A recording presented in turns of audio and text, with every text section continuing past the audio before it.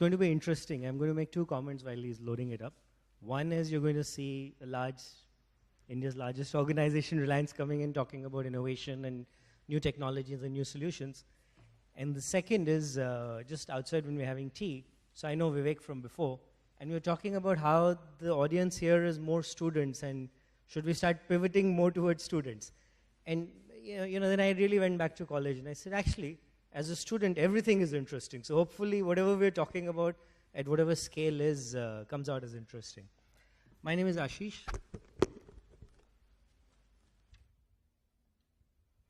And I'm the managing director and founder of a company called Second Nature Sustainable Solutions. Our premise is around making sustainability second nature.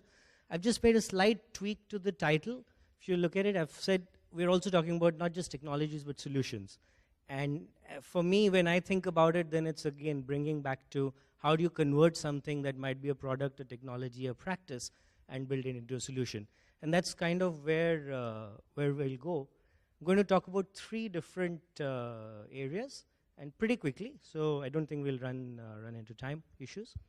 One is what we're saying is architectural solar, which is the whole notion of, there was talks in the morning also about how do we really get more decentralized solutions, rooftop, those kind of things. How do you actually build that in? The second is, to be honest, financing, whether it's finance tech, whether it's whichever area, if you look, financing becomes a very crucial part of any solution. This is going to be focused on solar, but at the end of the day, anywhere we are looking at renewables, and again with the title of Renewables for a Sustainable Future, the financing is a key part. So I'm going to introduce something where we have worked quite intensively on looking at financing, new innovation in financing for solar.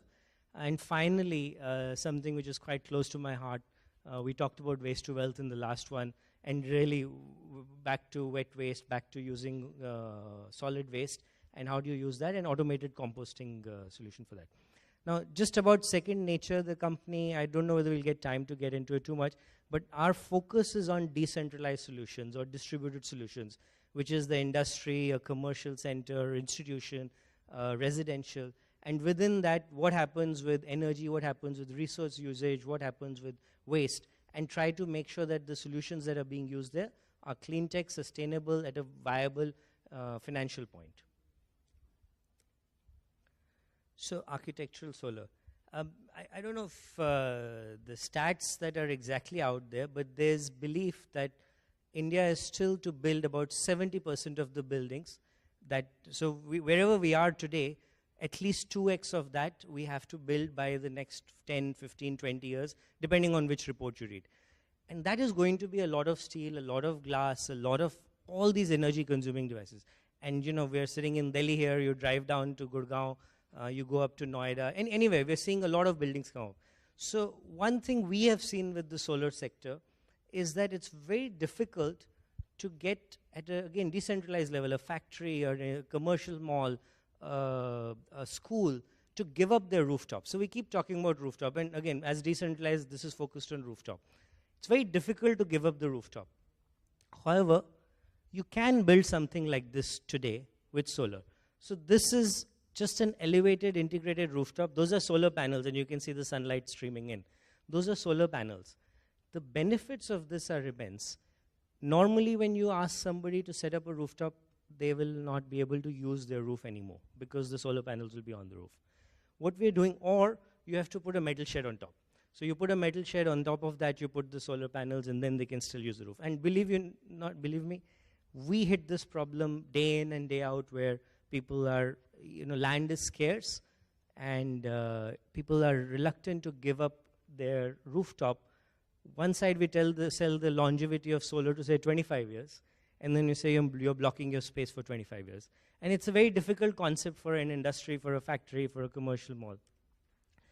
And what we are seeing is with this kind of installation, so first of all, this is glass module. I won't get into the technicals, but a glass module ends up bringing higher efficiency, runs longer, actually has a higher warranty also. And obviously, because it allows light to filter through, it's giving a better performance.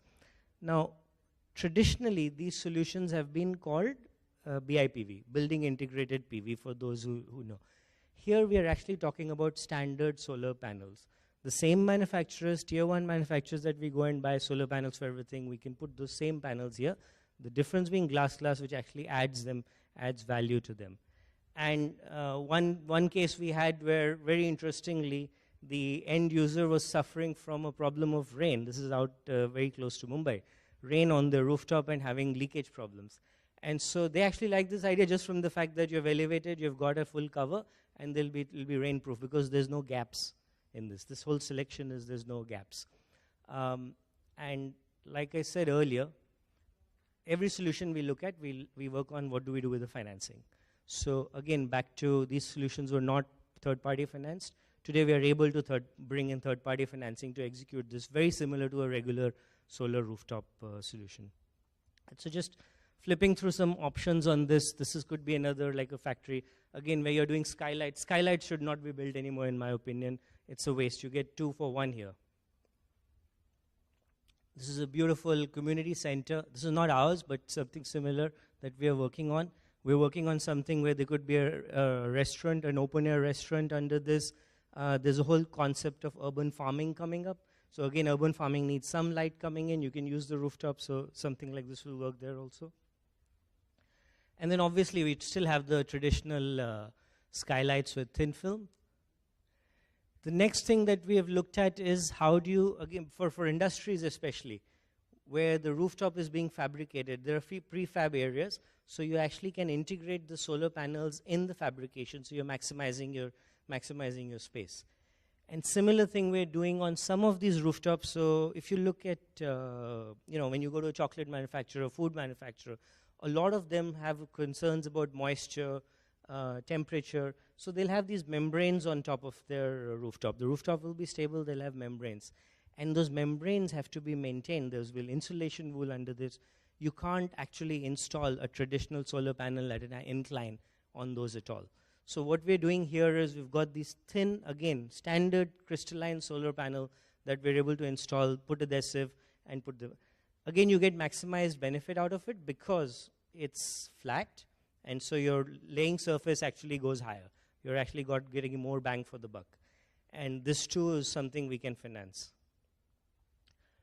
These are standard facade solutions. Like I said earlier, since we're going to be building so many buildings, it's kind of criminal today to put so much glass where it's not needed.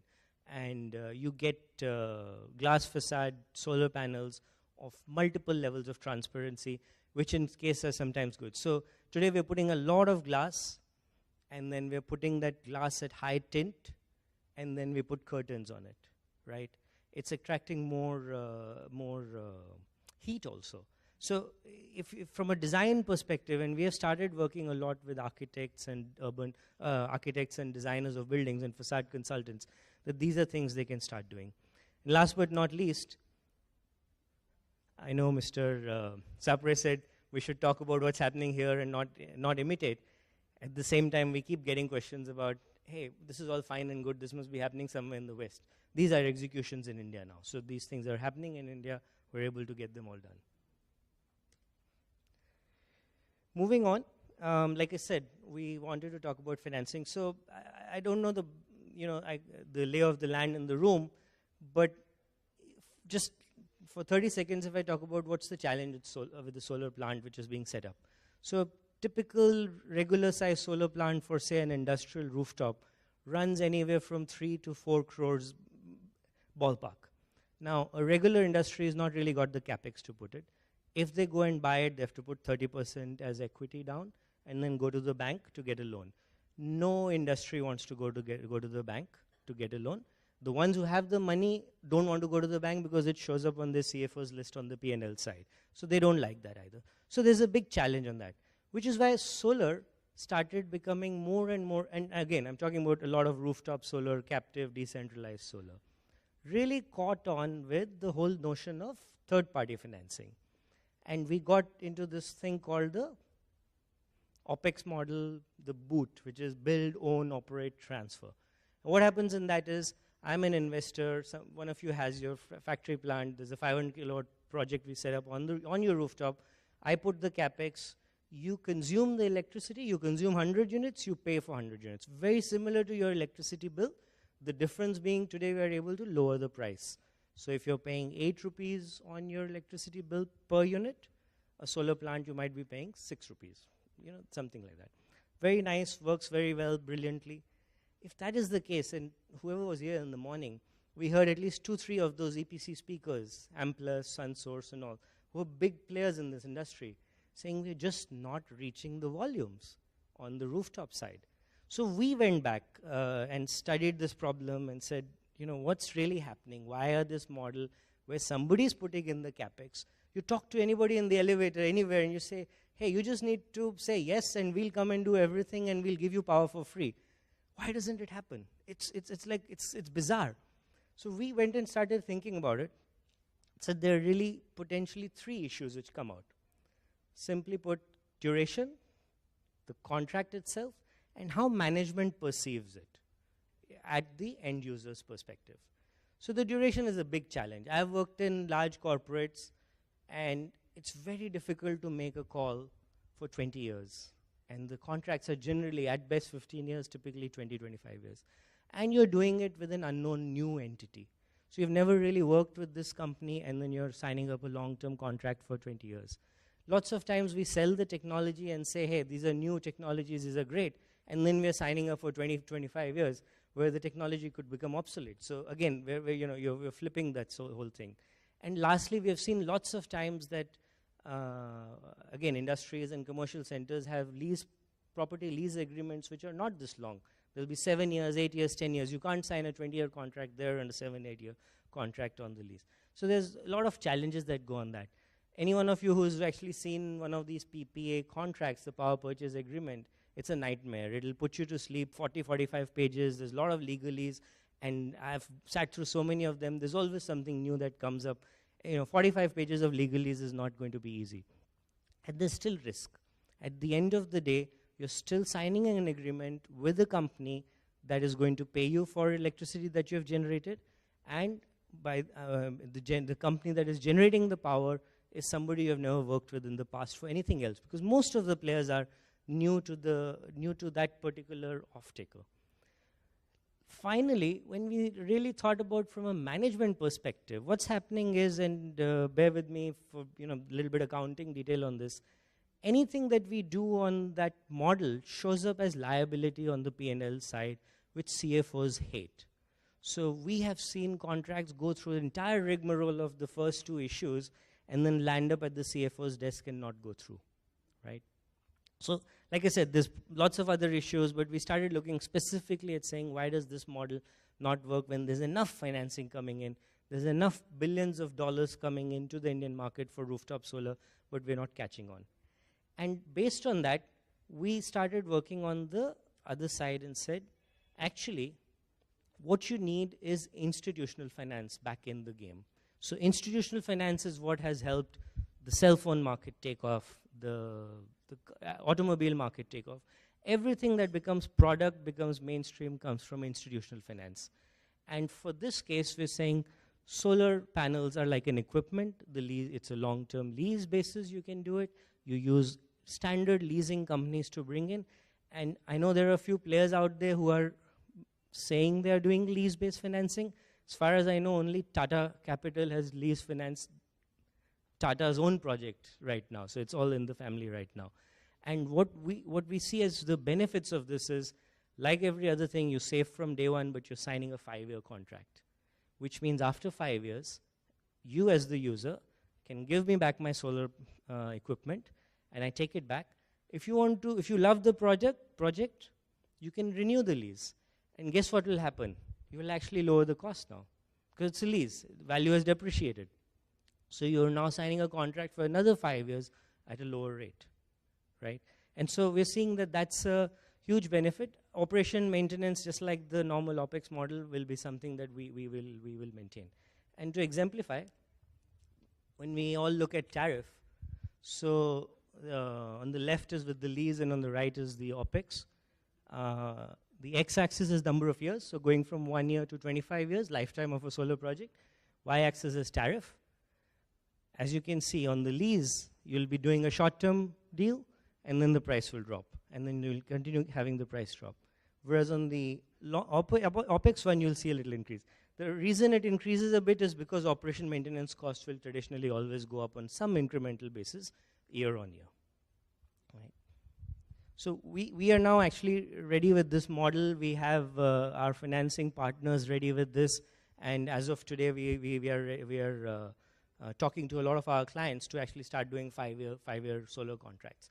And with the power rates, again, back to industries being big consumers in commercial, power rates at 8, 10, 12 rupees, this is already starting to make a lot of sense. Finally, something which is pretty close, and again, from a sustainable future standpoint, when you look at solutions.